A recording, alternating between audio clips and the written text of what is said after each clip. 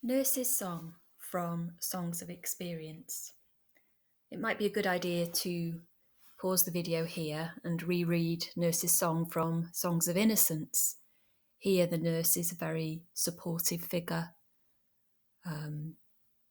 She's alongside the children in the way that the shepherd is alongside the sheep in that poem. This poem in Experience is quite different, as you'll see. And the poem primarily looks at parental authority, and parental authority as quite repressive. The nurse in this poem deliberately inhibits and represses the children, quite different from the nurse of Innocence.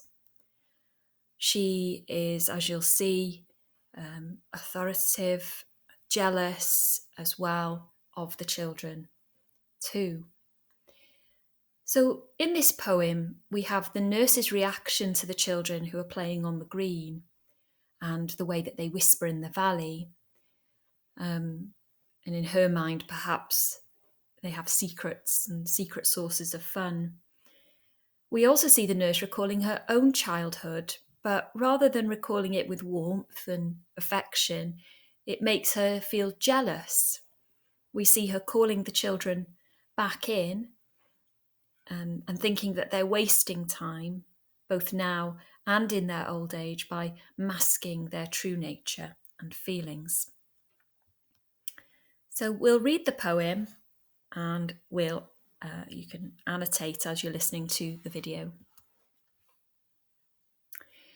When the voices of children are heard on the green and whisperings are in the dale, the days of my youth rise fresh in my mind, my face turns green and pale. Then come home, my children, the sun is gone down and the dews of night arise. Your spring and your day are wasted in play, and your winter and night in disguise. So immediately we have a reversal of expectation. These are the reflections of a rather sick mind. The nurse is not benevolent or sympathetic to the children, and she doesn't seem to take any pleasure in their fun. You'll notice that the pattern repeated in the second stanza of the first and second lines, which are featured in the nurse's song, are exposed by the second two. So then come home, my children, the sun is gone down and the dews of night arise. In the second section there, we learn that the reason she wants them to come in is that she thinks they're wasting their time. She's calling the children away from the dangers of being chilled by the dew. Dew, we've heard the word dew in Songs of Innocence and Experience before. It has a threatening has a threatening feel to it, doesn't it? Connotations of threat. Here though, the dew is exposed, isn't it? On the surface, it seems as though she's kind of calling them away from potential dangers outside. However, this is then revealed to actually be her own jealousy and cruelty. The nurse seems to love only herself. She may even remind you a little bit of the pebble from The Clod and the Pebble. She only takes pleasure in being served and in a kind of love that crushes others. It seems that her own youthful pleasures have passed, and she doesn't really want the children to enjoy their pleasure. There's a certain possessiveness, particularly in that second stanza as well. She also starts at the end of the poem, you'll notice in that final line, and your winter and night in disguise. Well, winter there could be symbolic of old age, as could night. So it's almost as though she's actually wishing dried up old age on these children. It's as though these emotions that she has, like jealousy, must be made to appear good. So she's calling the children for their own sake, for their own safety. And yet, as we read it more closely, we see that the true reason she's calling the children in is to sort of spoil their fun, because she's jealous of their kind of joyful innocence and youth. It's as though in that final line as well, when she talks about the winter and night in disguise, it's as though she wants the children to perpetuate her life-denying behaviour as well. She wants them also to become older, cynical and jealous as they get older too. Unlike in the Songs of Innocence version, this poem takes place entirely in the nurse's mind. So we only ever hear her voice.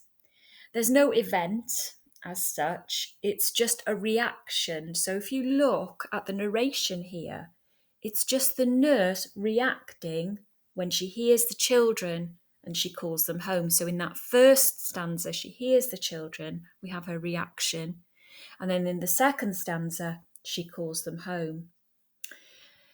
The fact that it's all within her voice and her narration and her response to the children suggests her own sort of self-created isolation. She responds to what the children evoke in her own mind. So when she, for example, in that first stanza, hears them whispering in the dale, the days of her own youth rise fresh in her mind. Now, that whisperings is an interesting word too, isn't it? It's quite a sinister phrase, really, to convey a fear of experience. You know, she's afraid of that whisperings. Whisperings are secretive. Whisperings are can suggest deviousness, can't they? So when she hears whispering, she assumes it's something quite kind of sinister and therefore demonstrates her own fear of experience. And later that's magnified when she refers to the dewy night. This fear that she has of experience, you know, of the whisperings, of the dews, seems to lead to the nurse demonstrating a kind of overprotectiveness and also a stagnation. In other words, a stillness. She's not inclined to let the children explore and play like the nurse of innocence.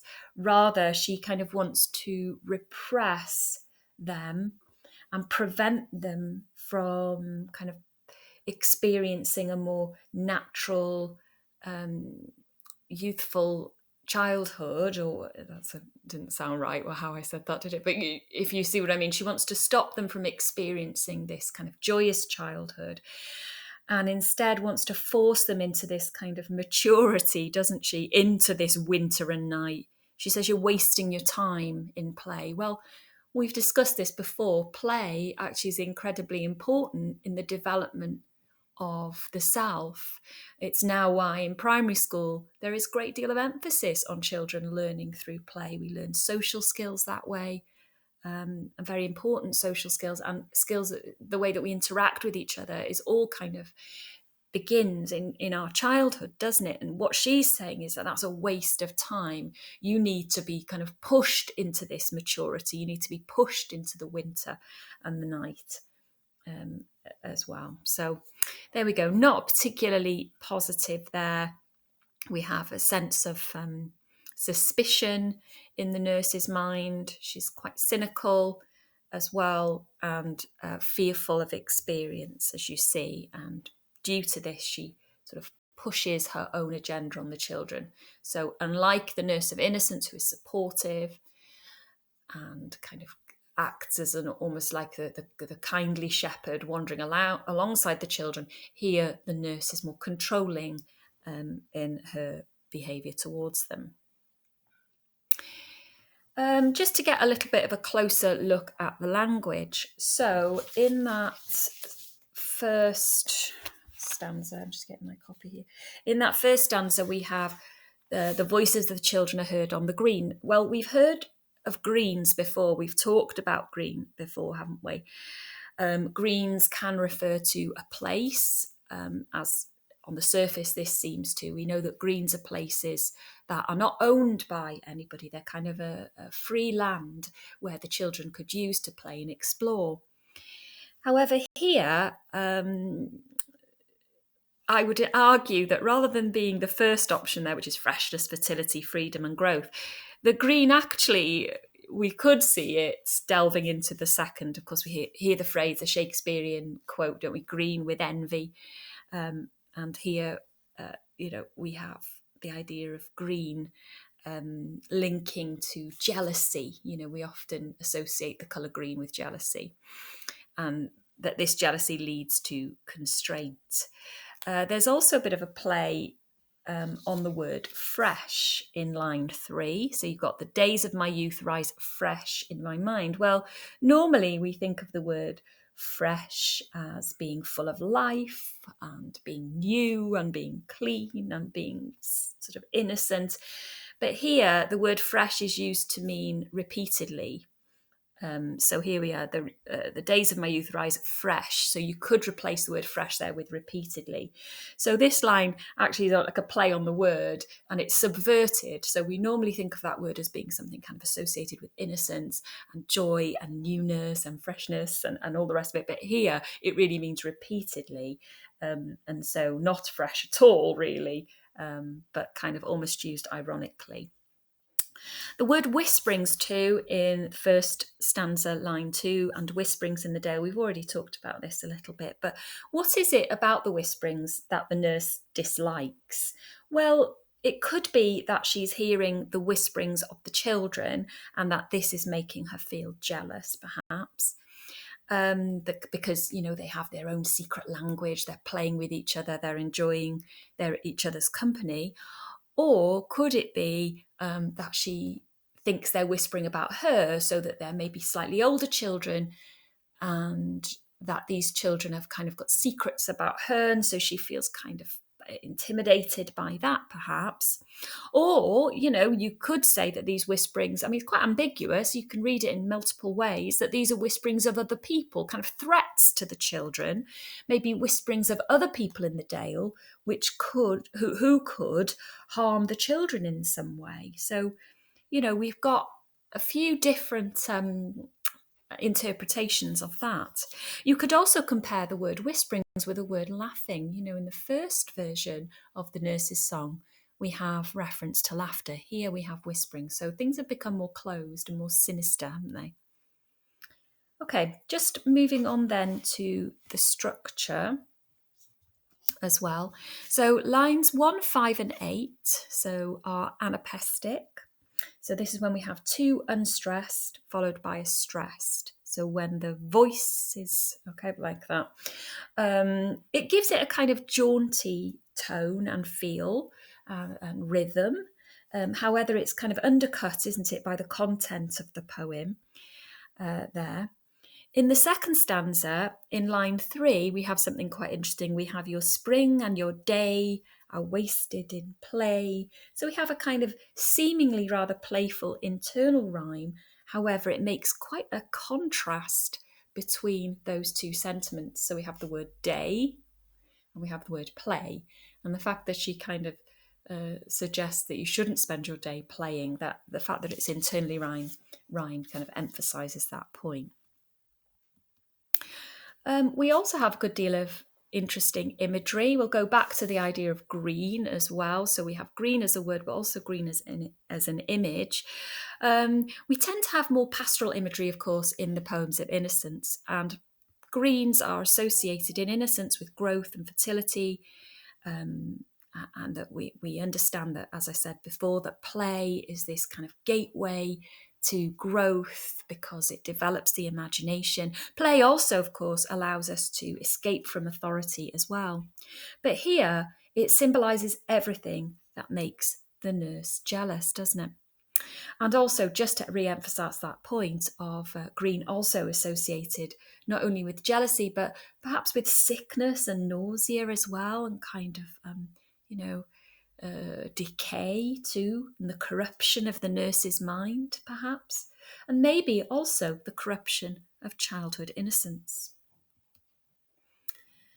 We'll talk a little bit about the nurse as well. There's again, a little bit more subversion here too, because normally we think of the nurses as kind of caring and supportive of the children. However, nurturing as well. However, here it's distorted, And the nurse is, rather than being a supportive and caring figure, she is a controlling and corrupt figure, and even tries to push the children into maturity and kind of in